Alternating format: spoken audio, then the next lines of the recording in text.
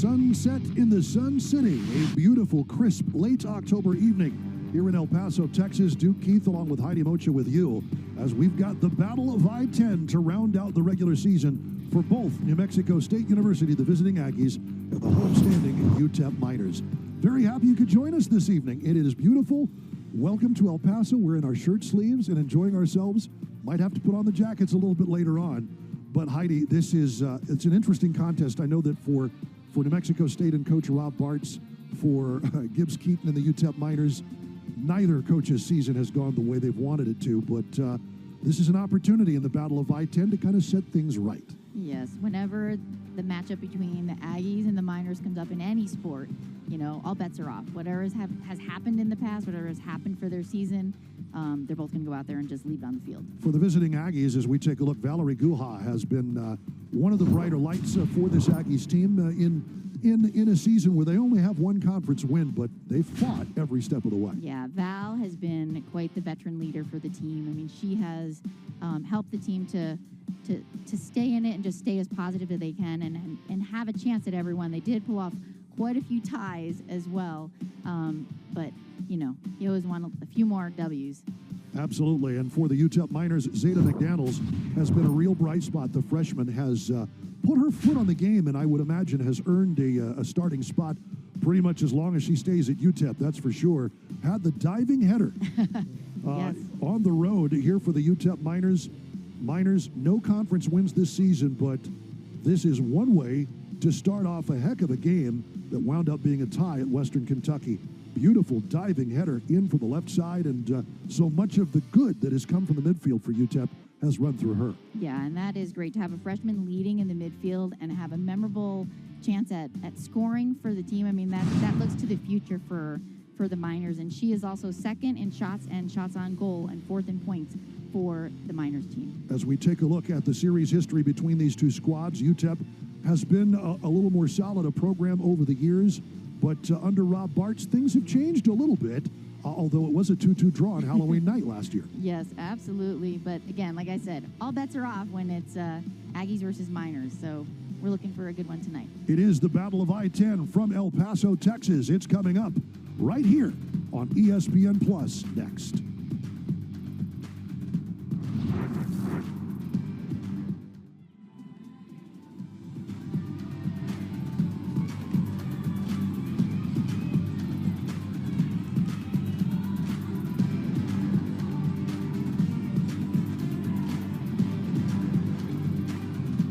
Welcome to El Paso, Texas. It's a volleyball Saturday afternoon here in El Paso as the UTEP Miners host the Missouri State Bears. Duke Keith and Jennifer Ontiveros with you as it was a 3-1 victory for UTEP yesterday, their 20th victory overall this season. It was expected, but the Missouri State Bears, Jennifer, you were here to see it, were really something else. As this match wore on, the statistics don't tell the story. They don't, you know, we're talking about set 3. They really put everything together. Their blocks showed up. They served tough. They were picking up so many balls in the back row to keep their team in play, and they came out with the win. Let's have a look at some of the highlights from yesterday's game as the Miners on Halloween night came out in their orange and dominated the first set.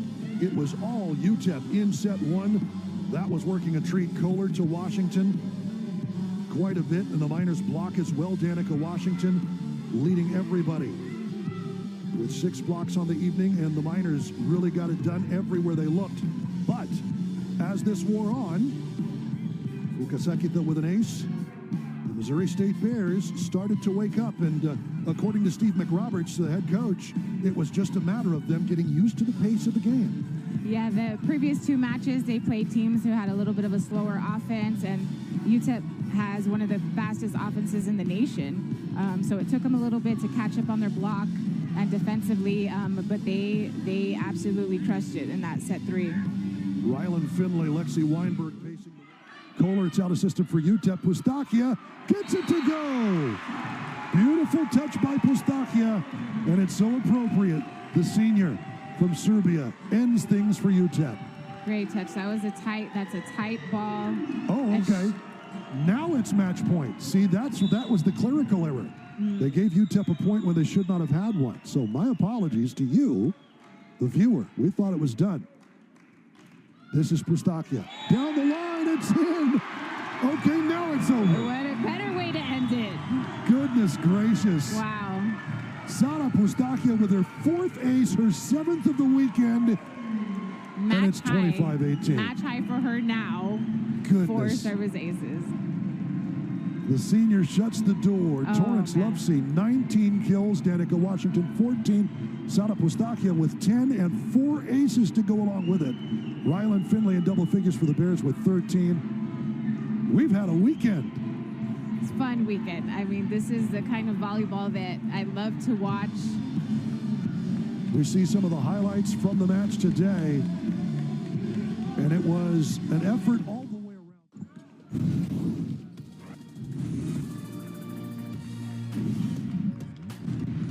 It's the dawn of a new college basketball season as we come to you from the Dawn. It's the Don Haskins Center in El Paso, Texas, as UTEP gets set to host UT Permian Basin, where hopes are high for the hometown Miners.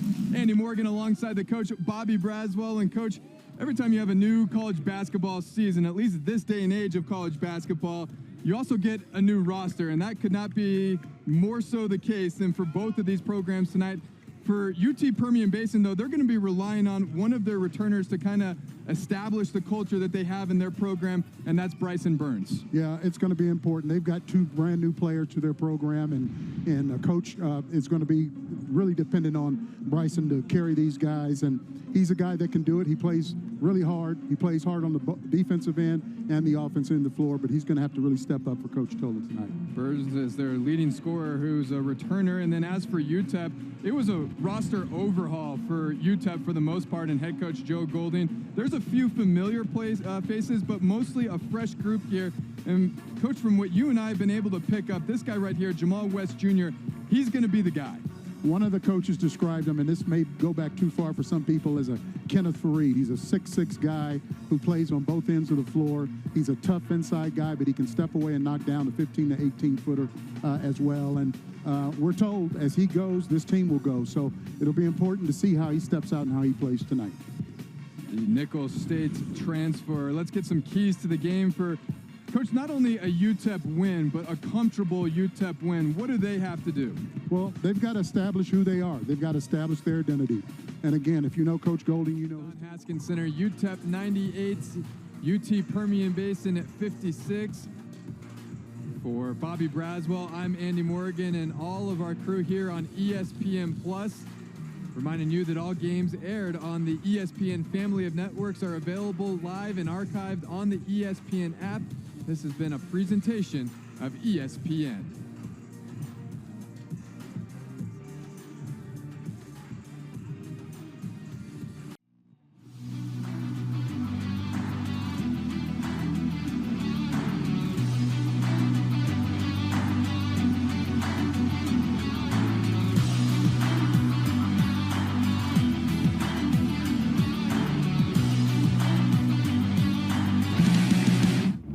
Just a hop, skip, and a jump away from Juarez in the U.S.-Mexico border, El Paso, Texas, and Sun Bowl Stadium is home to the UTEP Miners and today's backdrop for their Conference USA opener against Louisiana Tech. Andy Morgan alongside the former UCLA Bruin Ed Stansberry. Paige Wood will be joining us momentarily. And Ed, you have two teams right now really headed in opposite directions. Louisiana Tech, they have taken care of business to start the season. Their only loss coming to LSU. They're 3-1 to start the year. Meanwhile, UTEP's 1-3 coming off a really disappointing loss to Louisiana Monroe.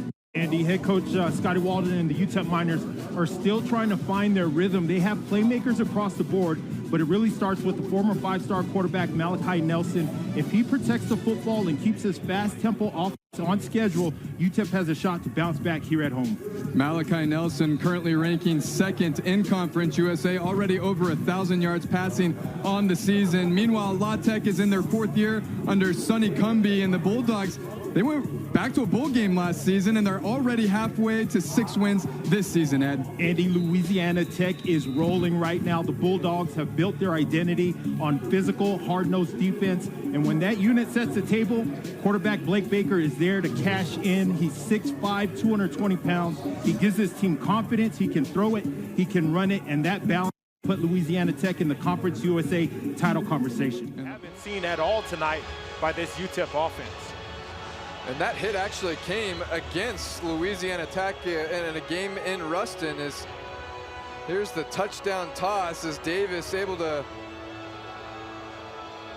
beat him over the top, and then the two-point try shuts crossing in the back of the end zone, and man, threading the needle on that pass was Locklear. As efficient as you can get on that drive, 3 of 3, 63 yards in the touchdown, and now UTEP will try for the onside kick. And that just goes straight to Gandy.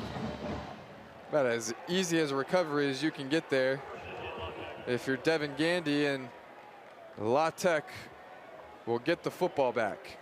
I tell you what, that's about as poised as it gets from your quarterback.